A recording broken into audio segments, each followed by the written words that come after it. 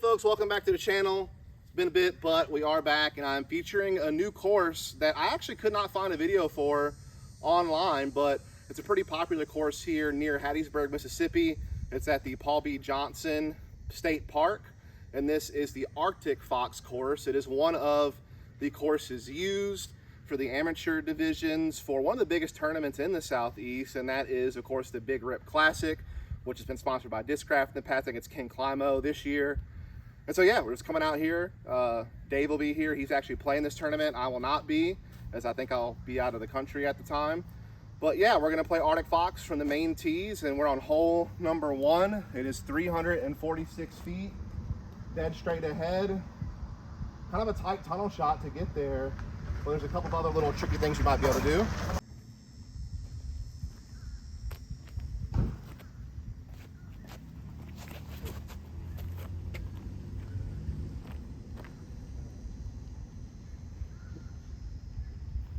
Not bad.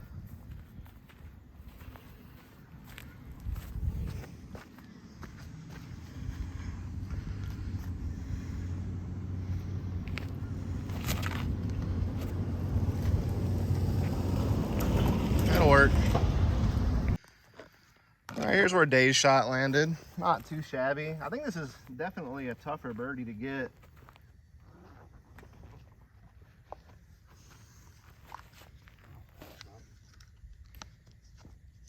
Be a long putt for par. All right, so here's where my Explorer landed. I have a long putt at it. Doesn't really feel like it plays the full 345 because you're kind of throwing downhill.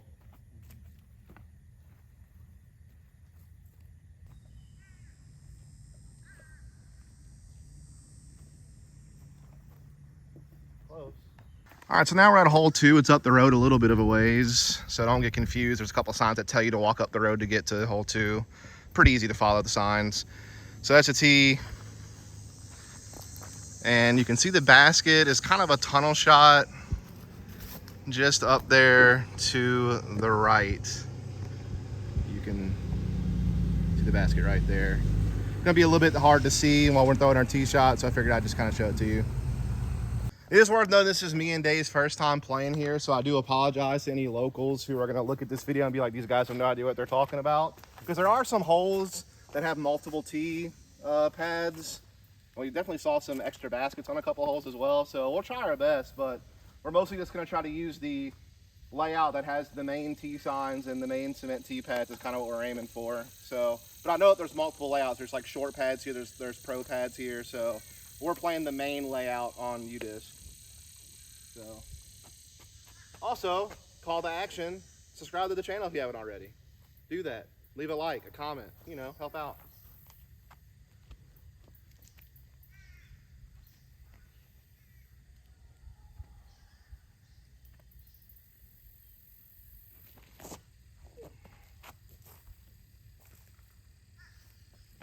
Probably short, but that was a nice little just straight forehand that kind of skipped up there a little bit.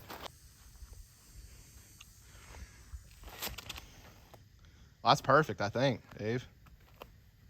Well, that's parked, I think. Nice shot there by Dave. All right, here's where my forehand tempo shot landed. Definitely a little short. Kind of misjudged the distance a little bit. It does play uphill, so you know it's 180. It probably plays a little over 200. That's almost it. See Dave's up there well within the circle. And he'll get the birdie. Good job. All right, so now we're on hole 3. This is 260 feet roughly. It's pretty much a dead straight tunnel shot, but the basket is a bit to the left. But honestly, if you just kind of keep something in the gap and keep it straight, you'll probably give yourself a circle 1 putt for birdie.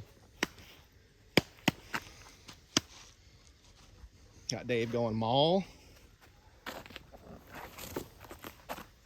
I mean, that is quite literally perfect. Dave just playing the course blind like a stud. I'm gonna try to throw a glow pathfinder here, just try to keep it straight.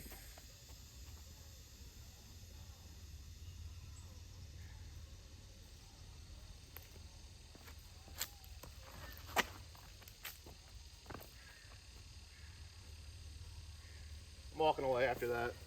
All right, so yeah, Dave pretty much parked it. I was a little short. Maybe put a little bit more power on it, but not too shabby.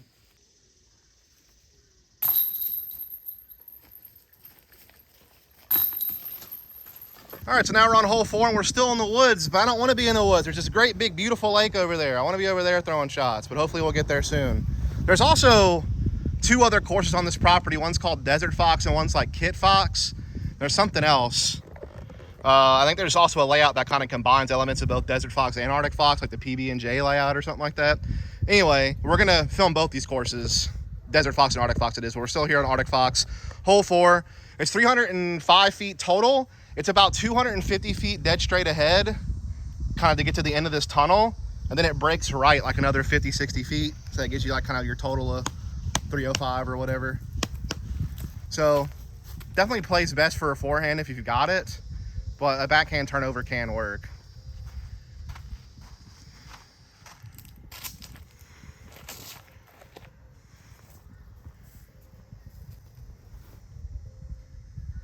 Yeah, that's going to be kind of a long putt slash pitch up for par from there. I go felon forehand. Again, the forehand's been kind of iffy for me lately, but we're going to see if we can get one.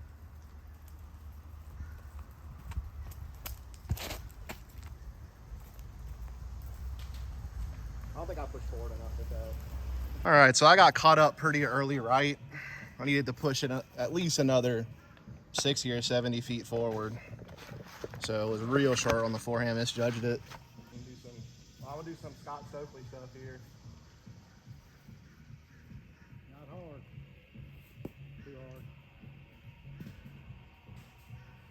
Almost did it. Yeah. So now we can finally see the basket. Dave is he's on National Geographic right now, filming a new documentary. I don't know what Dave's gonna do in there. He's gonna pitch out. That's gonna be a pitch up for bogey, and I got the same thing. So rough hole. Definitely have to have a nice accurate shot, but control your distance and not go too far forward like Dave did. Got to make sure you get right, but unlike me, I didn't go forward enough when I went right. So definitely have to judge it nicely to get a good accurate shot down there. It can be, it's not too hard. It's just, you know, not being familiar. Okay, let it be known that the Scott Stokely special roller got to the circle. All up in this junk right here, but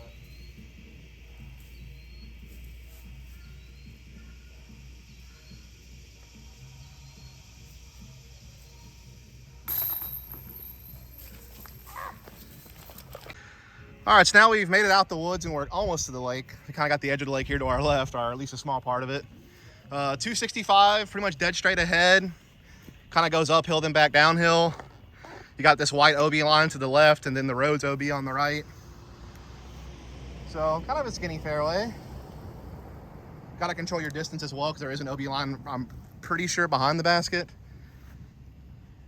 And yeah, so you can kind of go hyzer over the road, straight at it. There's kind of a cluster of trees on the left-hand side of the green, which seems like it could block a forehand.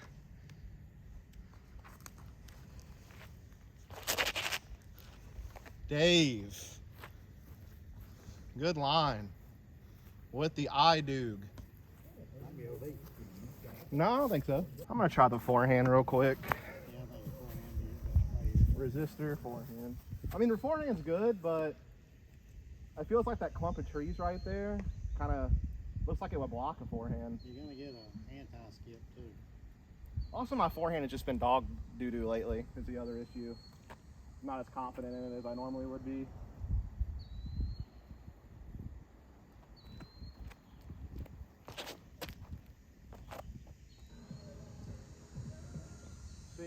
We'll see. That wasn't terrible. All right, so my resistor forehand actually landed pretty good. That cluster of trees is actually at the basket or just past it, so hitting those is actually still circle one. Dave is in the circle two here.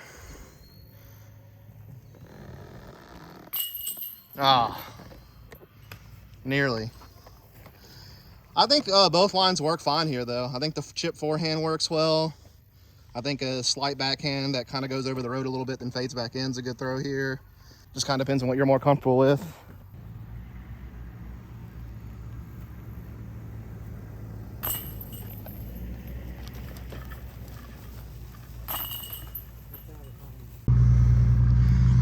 All right, so now we're at hole 6. There was multiple cement tee pads for this one, but we played the one that has the actual tee sign. There's one a little bit further up to the left. You can kind of see it maybe behind that tree. And there's like a yellow one over there, which makes it more of like a hyzer play. So that might be like a long tee or something. But this main tee, because we're following the main layout on UDisc, says it's 335 dead straight ahead. And so far, everything that I've range found has been true to what the sign says. So I think hyzer keeps you away from the water left at least. I'm gonna try a hyzer Emperor. I just don't know if it's gonna get left enough. Might need to be something flippier on like a lot of hyzer so it kind of glides left. No,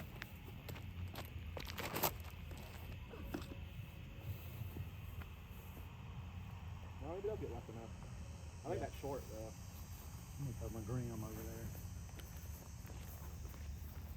I like how these holes give you like multiple options to attack.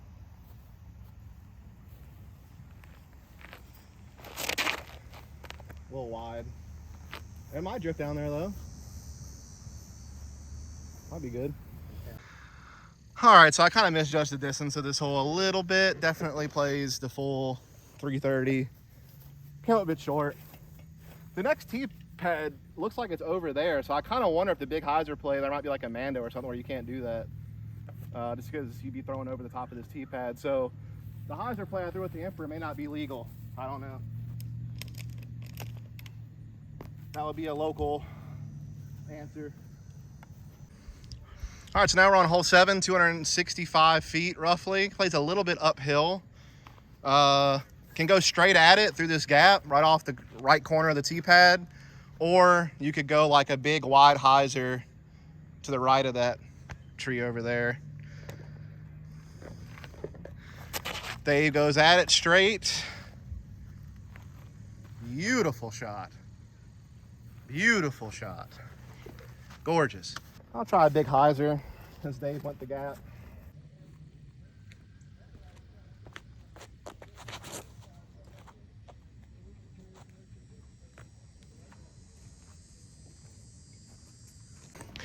All right, phone kind of acted up, so it kind of shut off mid-recording, but Dave went right up the gut, parked it. I threw a spike hyzer. Don't think it got on film. Threw another spike hyzer. I think I got that on film. And nearly put it in the bucket, it looks like.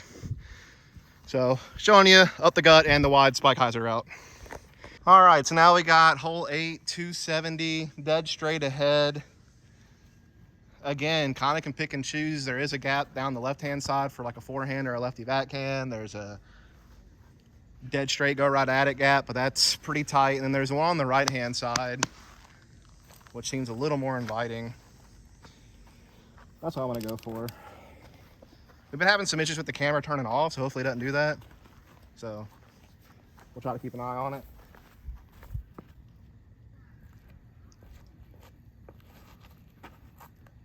Not the gap I was trying to get, but it worked. Dave going for the forehand gap.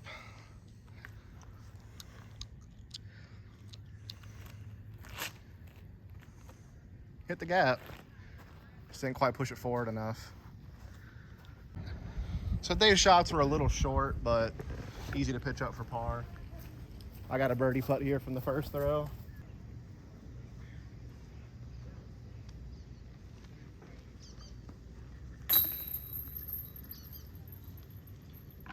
All right, so now we're at hole 9, and this one's a little tricky. It took us a second to find the basket on this one. It's 345, and it's actually kind of right at Dave's truck. You can kind of see the top of the basket next to that tree. But then there's also this pin position right there to the left that's like 415 feet. But I'm not sure if that's like an alternate pin position for hole 9, or maybe that's supposed to be the pin. So I wanted to show it on film just in case I got this wrong. But me and Dave, for a reference, will be playing towards the basket we see near his white truck up there. So yeah, 340 and plays a little bit uphill. So it's gonna be a bit of a toss to get up there. Dave full rip with the Corvette. It's up there, huh? That's close enough. You want to keep an eye on this for me? As close as it's gonna get. All right, I'm gonna go sword.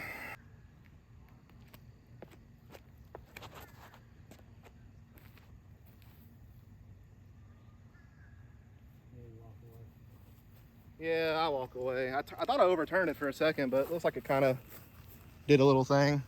All right, there's Dave. Didn't quite make it up the hill. Just trying to pitch up for his par.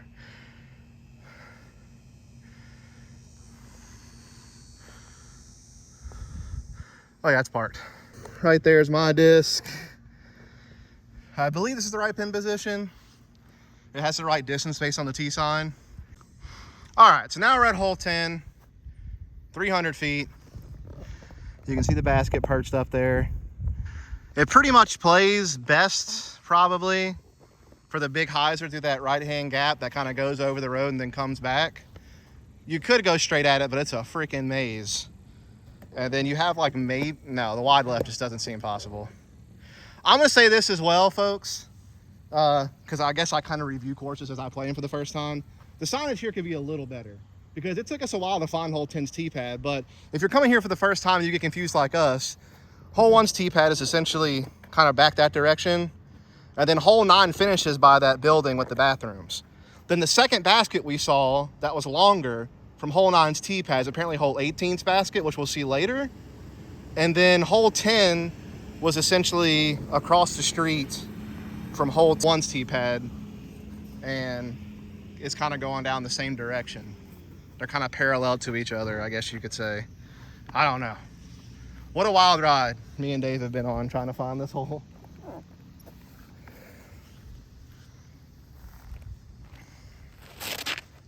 So yeah, if anybody hears this video that like knows these courses or like works here, knows someone who does, I know there's obviously the TDs who run Big Rip and everything like that for the AM side.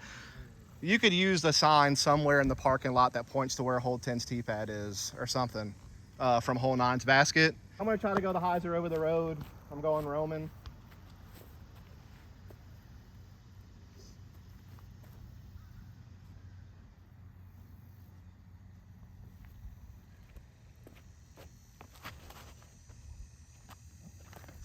Might not be long enough.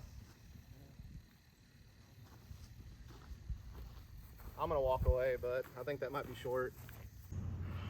All right, so Dave's kind of just flared really hard left of the pin. It actually was the right distance. It just was got a little bit too hard of a skip off the ground, as they say.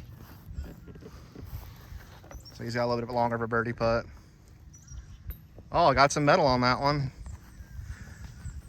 Mine wasn't as short as I... Whoops. Mine wasn't as short as I thought.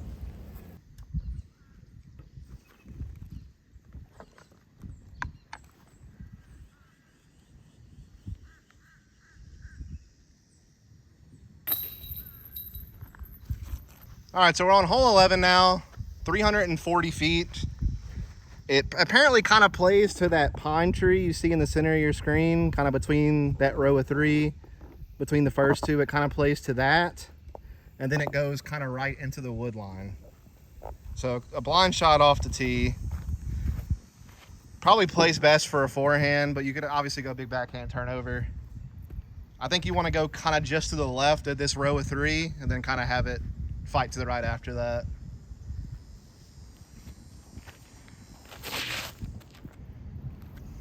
Looks like a good line from Dave.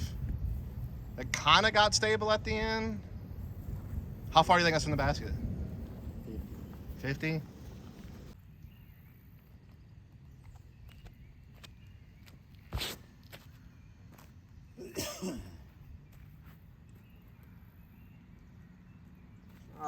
It's probably about the best I'm gonna do. All right, here's our throws. It actually wasn't as far right into the wood line as I thought.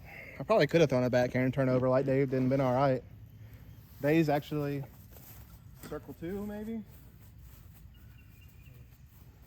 I don't know how far I am, but it's a decent bit.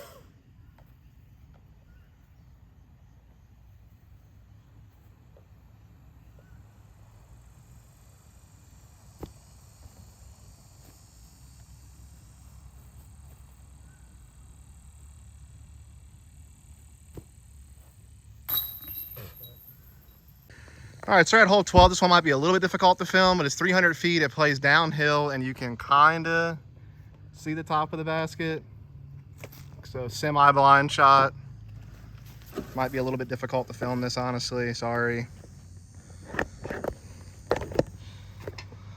But yeah, hole 12, 300 feet. Probably plays closer to like 260, 270. I'm thinking Pathfinder. I think I can get there with the mid if it's this downhill, but we'll see. It might be an Explorer shot. Can I say something, Dave? Yeah. I was really hoping for more lake action. I mean, it's not to say this isn't a good course. I've had a lot of fun. Other than that debacle trying to find hole 10's tee pad, because that might just be us. We might just be dumb, you know? But man, would I love to play by the lake more.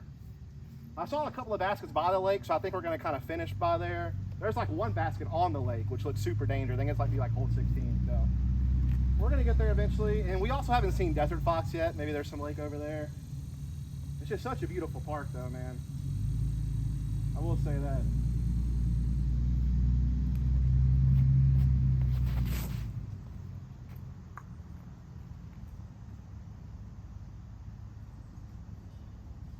Yeah, I guess you can go that way. That might be pin high, right? Yeah. Nah, might be a little short. I don't know. We'll see.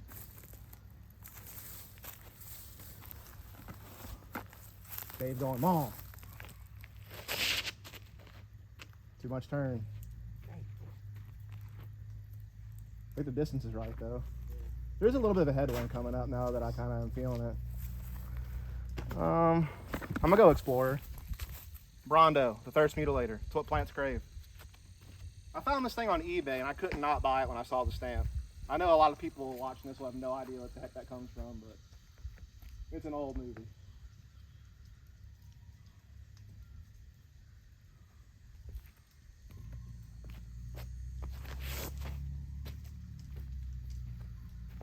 Come out. Yeah. Now that should be pod racing. That should be it. All right, since Dave's Mall kind of held turn the entire flight, he's going to try to step up to a Dynasty. Another Infinite mold. Infinite represent. Shout out to Infinite, my sponsor. Shop there. Isn't that right, Dave? That's right. That's right. Free advertising from Dave. Boom, look at how that Dynasty flies. It's going to start fading, too, right by the basket. Look at it. It just phases through trees. I mean, Infinite just makes great discs. Just make trees look like air. All right, we are at the pin. My Pathfinder, I kind of yanked it a little bit right, but it still settled back into place in the circle. Dave's Dynasty was perfect. Of course it was. Shout out Infinite Disc. His Maul was pin high just to the right. It turned over too much. Then my Explorer was perfect.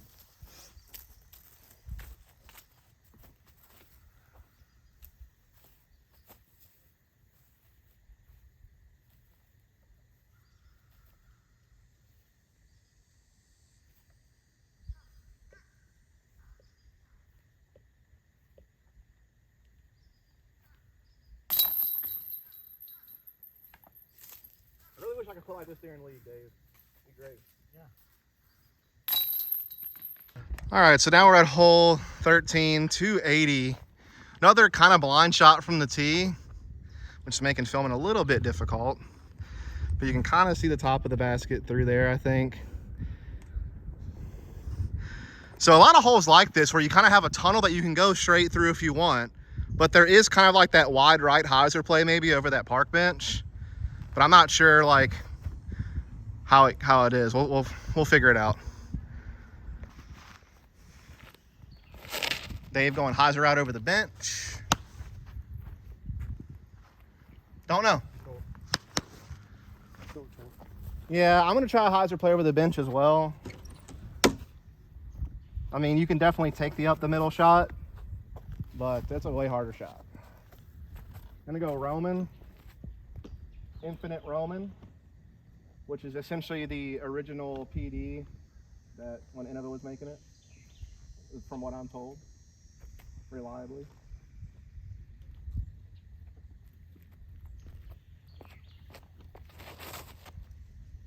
Yeah, that's more like it. Might be short. I can't tell if that pushed straight enough or if it hyzered out early.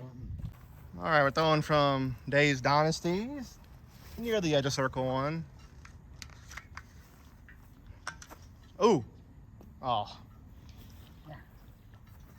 So my Roman that I threw actually was a lot better than I thought.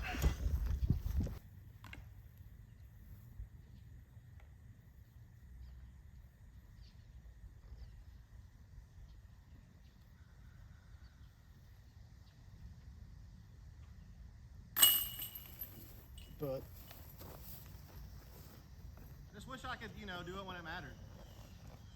All right, so now we're on hole 14, 255. I'm gonna walk up there because this is another blind basket situation, as many of the holes have here been. So I'll go walk up there.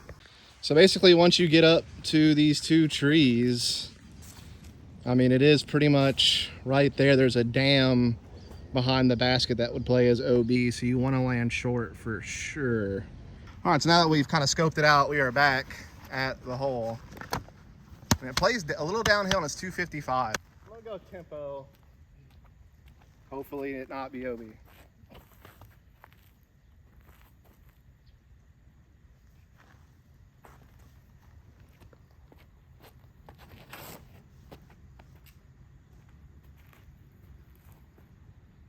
That's either short or perfect. But I just know if I press it too much, it could go OB.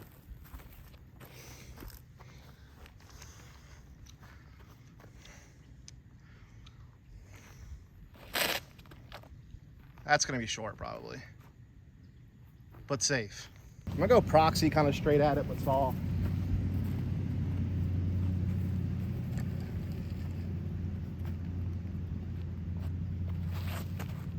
That wasn't soft, Dave. That was not soft. All right, so we're down here on the green. We definitely played a little cautious, a little too cautious. These are just kind of layups for par with the OB dam being right behind the basket like it is. I got my tempo, got a little closer, but even that was still a little short. I caught a little bit of that tree limb, but this is still probably a good 40, 45. The proxy actually was good. I actually had the proper power on that one. That one's in the circle. So yeah. All right, so now we're at hole 15, 260, a little bit uphill. Basket is just between those couple of trees. Hopefully it's showing up on camera. Yeah, there it is. So it's on a blind shot, but kind of another similar straightaway shot. Glacier, just try to play it pretty straight. The basket might be a little bit further back than I thought behind those two pines.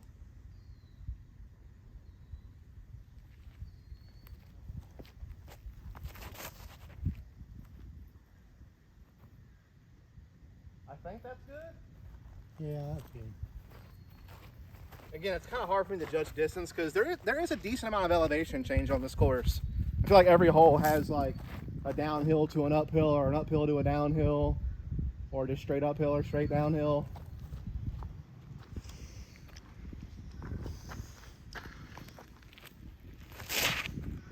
That looks good. All right, we'll go look and see what we did. All right, so mine and Dave's are basically lined up with each other, his Blue Mall and my Glacier. But I definitely needed something to push a little bit more forward. So I either needed to throw the Glacier flatter to get more flat out of it, or this may have been like a good Explorer or resistor shot. All right, we've been asking for the lake and we finally got it. Hole 16, 260, decently downhill, I would say. So it probably plays closer to like 230-ish. Dave, I'm gonna tell you what, I ain't ever seen more of a layup for par in my life. This feels like a layup hole.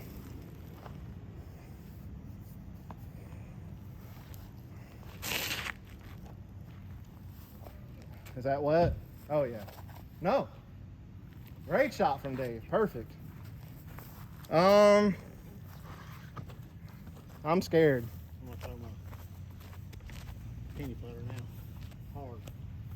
I'm going deputy, which is like my old putting putter. I'm putting my P1Xs now.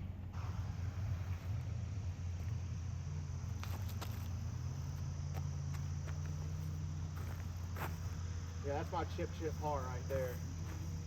That's all I'm trying to do on this thing. Oh yeah, that's a chip for par hole.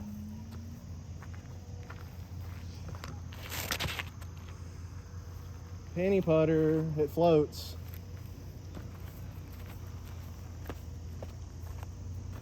Try to go this right route.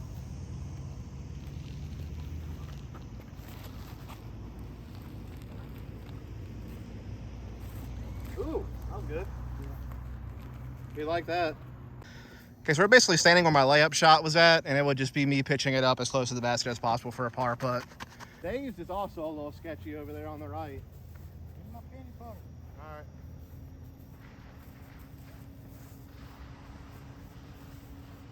Dave gonna try to use his floaty putter. It does float in water.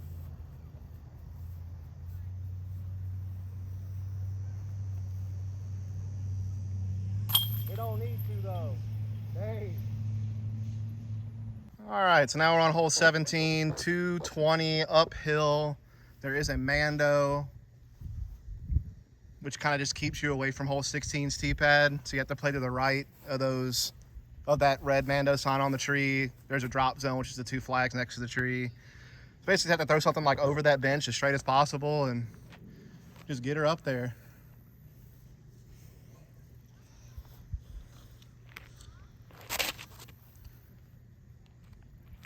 Made the Mando.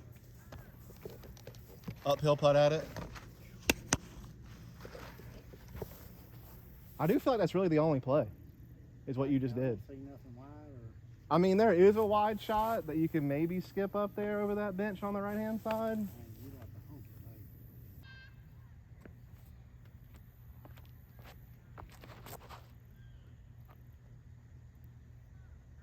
It's a thing, Dave. It is a thing you can do. All right, so a putt for my proxy, which is actually still kind of a longer putt. It's definitely more uphill than you think. It's kind of similar to hole 9, where we thought it was just slightly uphill. It was really uphill. This one's pretty uphill. The spike hyzer was pretty good though. This is like barely edge of circle one. That one's well within the circle.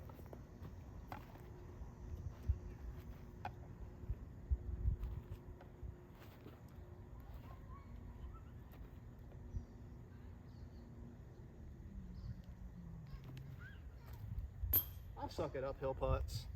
Like, I just never get them quite right. Try to bring that back leg a little closer. Then I just yank it. Just never get the distance right on these uphill putts. Don't get too many of them where we live. Okay, final hole, 18. 325 feet, dead straight ahead. This is actually that basket we were talking about from hole 9's tee pad that we thought might be like an alternate tee of some sort. It is an alternative tee. A tee to a different hole. So, let us begin. Dave will take the first tee. Very similar hole to a lot of the others. Just either dead straight or maybe something wide left over the parking lot, but doubt it.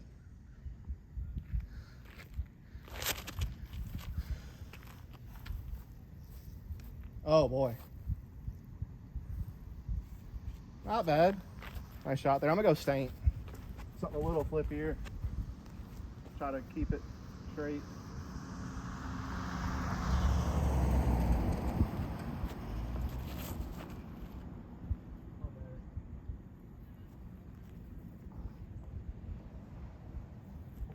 We'll see.